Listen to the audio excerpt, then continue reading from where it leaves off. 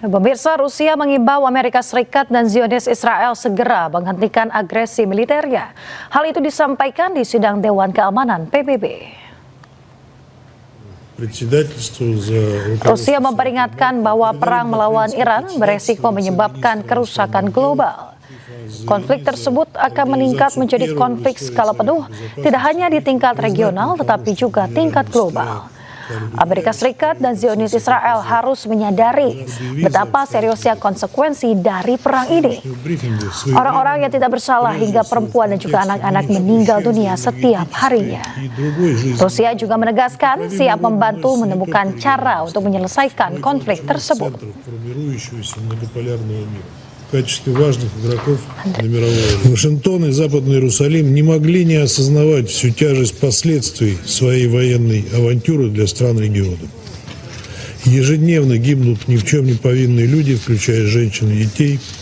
Масштаб ущерба энергетической и другой жизненно важной инфраструктуре в Иране и аравийских монархиях растет ежеминутно.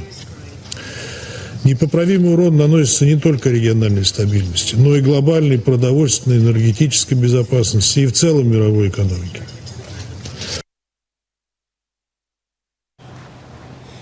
Ya, pemirsa, Perdana Menteri Republik Ceko, Andrej Babis, mengkritik seruan Presiden Amerika Serikat Donald Trump agar negara-negara yang bergantung pada minyak Timur Tengah turut mengamankan Selat Hormuz. Ia menegaskan Republik Ceko tidak terlibat dalam negosiasi Selat Hormuz. Nevím, jestli myslíte tu otázku vážně, nebo jako, že bychom tam poslali letadlovou loď, nebo jak jste to myslel? My samozřejmě pana Trumpa vnímáme, že on má různé projevy, takže to je ten systém hodím granát a potom to řeší, tak si počkáme určitě, jak se to všechno vyvine, protože my jsme na Evropské radě o tom mluvili, Francie měla nějaké návrhy, takže my u těchto jednání nejsme, to jsou jednání na úrovni těch jaderných velmocí, nukleárních velmocí, jako Francie, Velká. 3 jenazah anggota TNI yang gugur di Lebanon karena diserang Israel akan diterbangkan Jumat atau Sabtu ke Indonesia. Sementara korban anggota TNI yang terluka sudah membaik.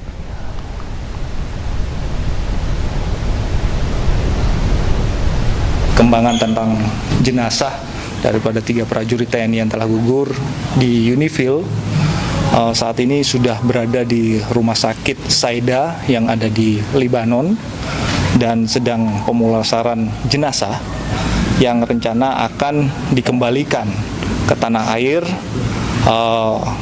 Pemberangkatan kemungkinan kalau nggak hari Jumat akan dilaksanakan hari Sabtu karena minimnya penerbangan yang sedang ada saat ini di daerah konflik di Teluk saat ini.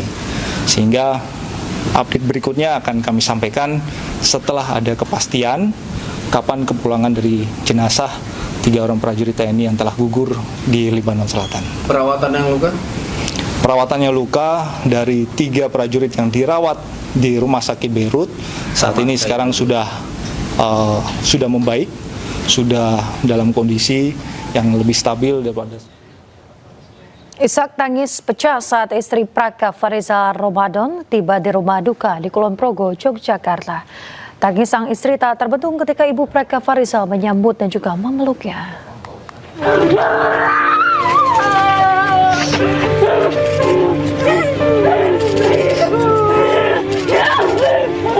Fafa Nur Azila, istri mendiang Praka Farizal, prajurit yang gugur akibat serangan Israel di Lebanon, tak mampu membendung tangis saat tiba di rumah duka di Kulon Progo, Yogyakarta. Azila tiba bersama dengan anaknya yang baru berusia 2 tahun. Keduanya didampingi sejumlah istri dari pimpinan Praka Farizal ketika bertugas di Biren, Aceh. Hari ini dilaksanakan prosesi upacara pelepasan secara militer oleh PBB di Beirut ya, di Lebanon. Kemudian dari PBB karena semuanya perencanaan termasuk dengan kegiatan dikendalikan langsung oleh PBB. Jadi dari PBB nanti diberangkatkan dari Lebanon itu hari Jumat waktu sana. Hingga kini jasad Praka Farizal dan 2 prajurit lainnya masih berada di Beirut, Lebanon. Upacara pelepasan secara militer dilakukan oleh PBB untuk jasad ketiga prajurit pasukan Garuda ini. Dari Kabupaten Kulon Progo, Yogyakarta, Basuki Budi Utomo Anyus melaporkan. Kapten Infanteri Zulmi Aditya Iskandar, 1 dari 3 prajurit TNI yang gugur dalam misi perdamaian di Lebanon, menjadi anak kebanggaan keluarga dengan masa depan cemerlang di TNI. Pesan terakhir disampaikan Kapten Zulmi pada ayahanda sebelum gugur di Lebanon.